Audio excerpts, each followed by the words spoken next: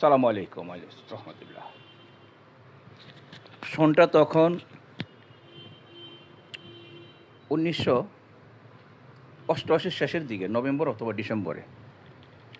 তখন আমি আমার তখনও আমি আমার কাঁধের মধ্যে বহন করতেছি মার্শাল কোর্টের প্রায় 12টি কেস, এরশাদের মার্শাল কোর্ট।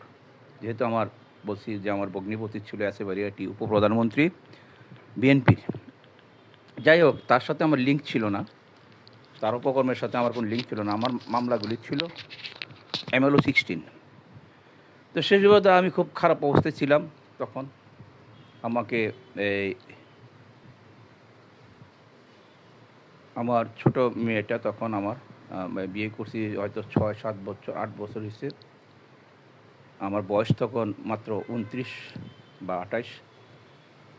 আমি খুব মানবতর জীবন যাপন করতেছি, তখন সংসার চালাইতে পারি না। কিন্তু আমার আবার তখন একটা জিনিস ছিল আমার ছোটোকালে। আমি খুব কালবাজান দয়া করে আমাকে খুব, আমি 1971 সনে 72 সনে আমি তরিকা নিছি। তো তখন থেকে কাবলাজান, তার আগের থেকেই এই দরবারে যারা মুরিদ, বিশ্বজাকের মুরিদ, তারা কিন্তু জন্মের আগের থেকেই মুরিদ। এই জন্য হুজুর কালবাজান বলছেন যে বাবা, এই দপ্তরে যারা আসবে তাদের নামের একটা লিস্ট তোমার দাদা হুজুর আমার কাছে দিয়ে গেছে। তো এই সেন্সে আমি বলতেছি যে এই দিন আমরা তরিকা কালবে সবক পাচ্ছি, সেদিন থেকে মুরিদ না, আমরা জন্মের থেকে মুরিদ। সেই জন্য আমার পিতা কেবলাজান খাজা সাসি রুহানি পিতা। যাই হোক, মানবতার জীবনযাপন করি। আমার বাচ্চাটা নিয়ে আমি খুব কষ্টে, এই একটা তরকারি, একটা ডাল অথবা চাউল জোগাইতে পারলে ওটা খাই।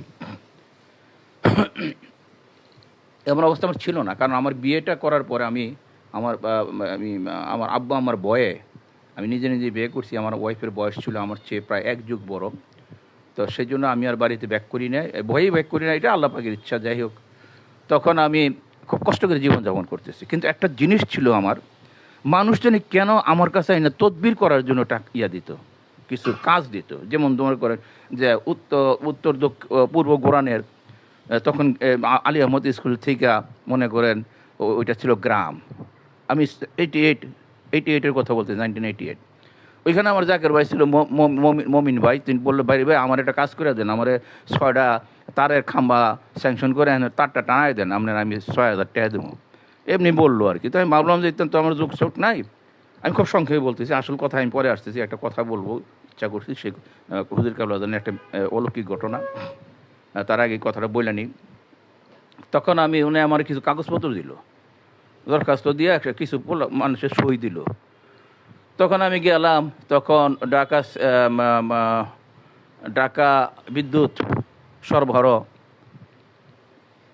অফিসে গেলাম। ওইখান থেকে বললো না, এটা পল্লী বিদ্যুৎ রহন্দা। পল্লী বিদ্যুতে গেলাম, যাওয়ার পরে উনি বললো যে এখন তো আমরা এগুলো বন্ধ করেছি। আমি বললাম স্যার, যাই হোক, ওরা 1,000, 2,000, 500 টাকা করে দিয়েছে। আমি এটা দিয়ে সংসার চলতাম, কাজটা হোক বা না হোক, আমি খাওয়ার রূপে ভরসা রেখে যাতায়াত করতাম। মগার মতো আমি বোকা। কিন্তু আমার দপ্তরে, সচিবালয় হোক আর যে কোনো দপ্তরে কেউ যদি কাজ দেয়, ওটা সম্পূর্ণ হয়ে যেত। একটু দেরি লাগতো, আর দেরি লাগতো, 1 বছর লাগতো, 6 মাস লাগতো। কিন্তু এই সময় তারা 1,000, 2,000 টাকা করে মাসে আমার দিত। এটা দিয়ে আমার সংসার চলতো। দেখেন, এটা কিন্তু একটা অলৌকিক। আমার তেমন কিছু লাগতো না। আমার তখন 700 টাকা ছিল বাসা ভাড়া।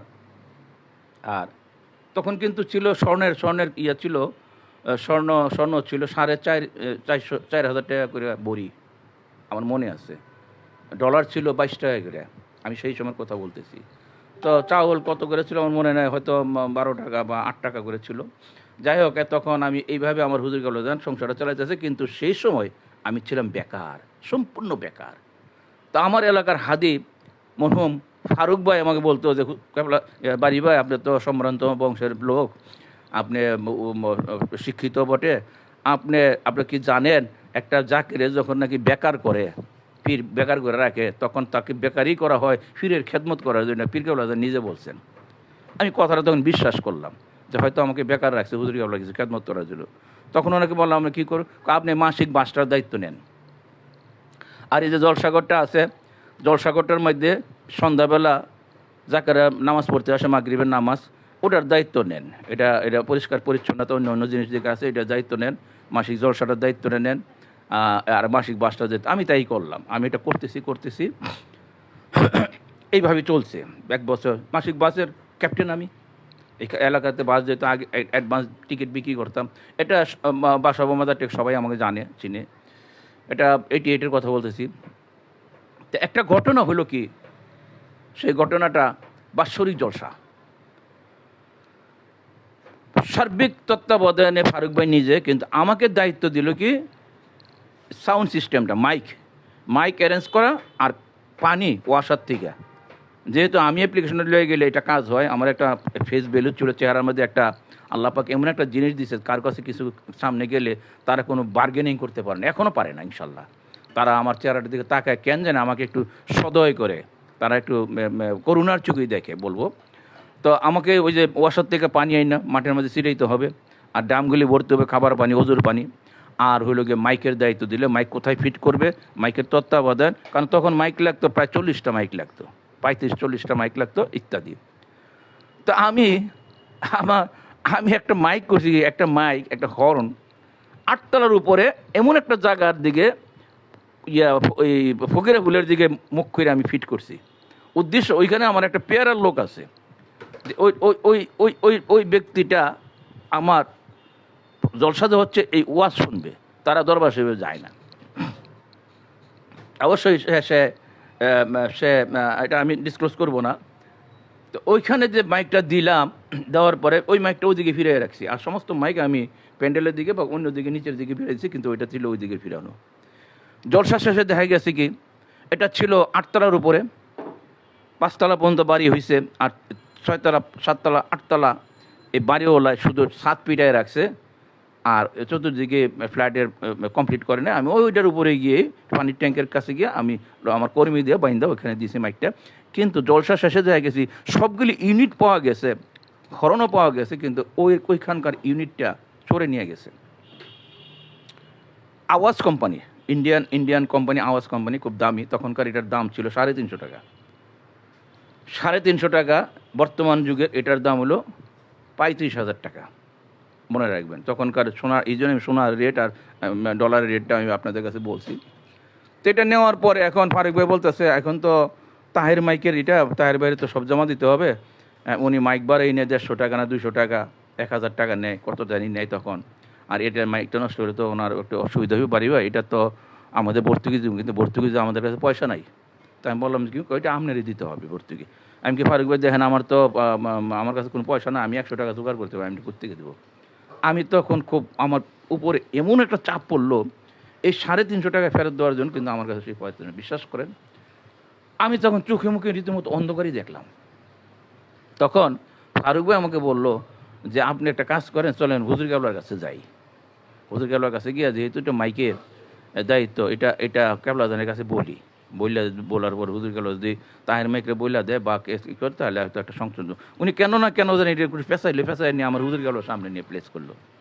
বললো যে বাবা, ওই বাৎসরিক জলসার থেকে একটা মাইকের ইউনিট সরে লেগে গেছে গা। হুজুর প্রথমে এটা খুব একটা অ্যাটেনশন দেয় না, পরে আবার যখন তখন বলছে যে বাবা, এই জলসার দায়িত্ব ছিল এটা মাইকের। তখন বললো যে বাবা, আমি বললাম যে আমার দিকে তাকায়, পরে বলে যে এটা বাবা এলাকার মধ্যে আছে, খুঁজা বাড়ি করেন। আমি তো এই কথা শুনি না, এখন এলাকা, ঢাকা শহরের এলাকা আপনি বুঝেন, ডোর টু ডোর আমি এটা খুঁজতে পারবো? আমি তো এটা খুঁজতে পারবো না। আমার তো মাথার মধ্যে আরেকটা বাড়ি বললো। তখন আমি চোখে মুখে অন্ধকার দিকা আরও বিপদে বেরো। এইগুলো আসলে এগুলো আশ্চর্য ঘটনা, কেন যে এরকম করলাম, কেন যে এরকম হইলো আমি বলতে পারবো না। কিন্তু তৎক্ষণাৎ আমি দেখলাম যে এটা তো হুজুর কালাম আরেকটা জিনিস চাপাই দিয়েছে, আমি এটা কোথায় খুঁজে পারবো। তখন আমি চক্ষু বন্ধ করে এইভাবে বললাম, কান্দা দিলাম। হুজুর কালার সামনে অনেক লোকজন ছিল, কইলাম যে কেবলা যান, আমার মাইক আপনি নিছেন, আমার মাইক আপনি ফেরত দেন। এই কথা কই আমি চক্ষু বন্ধ করে কাঁদতেছি। ফারুক ভাই আমার বললো যে আপনি এমন লাউডলি বললেন হুজুর কেবলা যে কেবলা যান, আমার মাইক আপনি নিছেন, আমার মাইক ফেরত দেন। আপনার জলসার মাইক আমার মাইক আপনি চুরি করিয়া কোনো আপনি নিছেন, আমার মাইক ফেরত দেন। কারণ চক্ষু বন্ধ করে কাঁদতেছেন। তখন হুজুর গেল আমরা দিকে একটা বাঘে যেরকম তাকায়, এরকমভাবে আমাদের তাকাইছে। কিছুক্ষণ তাকানোর পরে, কিছুক্ষণ মানে 2-3 সেকেন্ড তাকানোর পরে আপনাকে ছট করে বলো, যা মাইক ফেরত পাবি। ধমক দেওয়ার জন্য কথা বললো, মেজো ভাই ফারুক ভাই যেন আমার হাতের মধ্যে চাপ দিয়ে বললো আর কথা বলবেন না। আমি আর কথা বলি না, কদম বুঝে করে চলে আসছি। এটা জলসার 15 দিন পরে কিন্তু ঘটনা। তো বাস আইন না, বাস রাইখে আমি বাসায় চলে আসলাম। চলে আসার পরে 15 দিন 20 দিন পরের ঘটনা। পয়লা আসার পরে হঠাৎ করে 1 ঘন্টা পরে খাইয়ে দেওয়া মাত্র সন্ধ্যায় গেছে গা, বাস বিদায় নিয়ে আসতে আসতে। তো 8টার সময় ফারুক ভাই ফোন করলো, আরে ভাই জলদি আসেন, গেছে খবর আছে, জলদি আসেন, আপনার মাইক পাওয়া গেছে, হর্ন পাওয়া গেছে। দরবারতে আইসাই কিন্তু এই ঘটনা যে আপনি হর্ন পাওয়া গেছে। কই পাইলেন? আসেন আপনি, জলদি আসেন। তাই আমি দৌড়াই গেলাম। যাওয়ার পরে বললো কি যে এই মাইক সরোলায় এই হর্নটা ইউনিটের মধ্যে কিন্তু আবার তাহের লেখা আছে, খোদাই করা তাহের। তো আওয়াজ কোম্পানির তাহের এই মাইকোলায় 2টা ইউনিট নিয়েছিল, দুঃখিত 2টা ইউনিট নিয়েছিল, একটা না 2টা ইউনিট নিয়েছিল। ওই উপরে আর পাশের একটা নিয়েছিল। ওই তাহের মাইকের কাছে গেছে চকবাজারে বিক্রি করতে। তো তাহের ভাই এইটা দেখা করছে, ফারুক ভাই জলদি আসেন। কী হয়েছে? আমার এখানে ফারুক ভাই বারে বারে ফোন করছে। ফোন করার পরে দেখছে যে উনি একটু ব্যস্ত। তারপরে বললো যে ফারুক ভাই আমি তো ফারুক ভাই বললো যে আমি তো দরবার থেকে আসছি, ক্লান্ত। কী ব্যাপার তাহের ভাই? আপনার মাইক তো পাওয়া গেছে। কেটা? আমার এখানে বেচতে আনছে ছোটরা। কখন আনছে? একটু আগে বেচতে আনছে। তো কী করছেন? আমি চোরগুলিরে বসায় চাটা দিয়েছি, দাম দিব, দাম দর করছি। তারা বলছে যে যা দেন আমি তাই নিব। তো আমি বললাম যে ঠিক আছে তোমরা বসার পরে আপনার ফোনটা করলাম। ফোনটা করার পরে আমার ফোনটা করার পরে বললো যে এখানে বেচতে নিয়েছি। বেচার পরে চোরটা আর কিছু বলে নাই। তো ফারুক ভাই আমরা যে গেলাম কী করা যায়। আমি তখন বললাম তাহের ভাইরে যে দেখেন মামলাটা হুজুর কেবলার এজলাসে উঠছে এবং হুজুর কেবলার দায়িত্ব নিছে। আপনি এই চোর করে কিছু বললেন না, যেহেতু হুজুর কেবলাই তাদেরকে আপনার দোকানে পাঠাইছে, তারা তো অন্য জায়গায় বেচতে পারতো।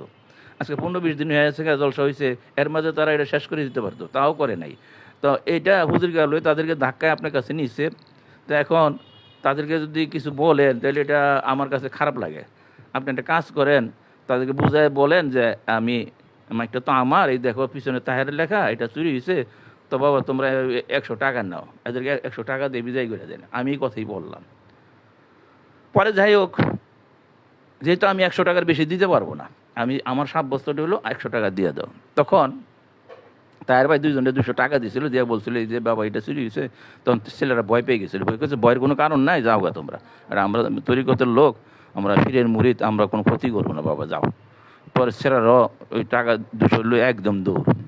তো যাক, এত বড় একটা ঘটনা দেখেন ঘটছে, এটা আজকে হঠাৎ করে মনে হলো বলতে বলতে গিয়া যে এটা আমি একটু শেয়ার করি। মহাকামেলের মুরিদ আমরা, যে খাজা ফরিদপুরি যে কত দয়াবান ছিল, কত সদয় ছিল আমার প্রতি, সেটাই এনে ব্যক্ত করলাম। আসসালামু আলাইকুম রহমতুল্লাহ।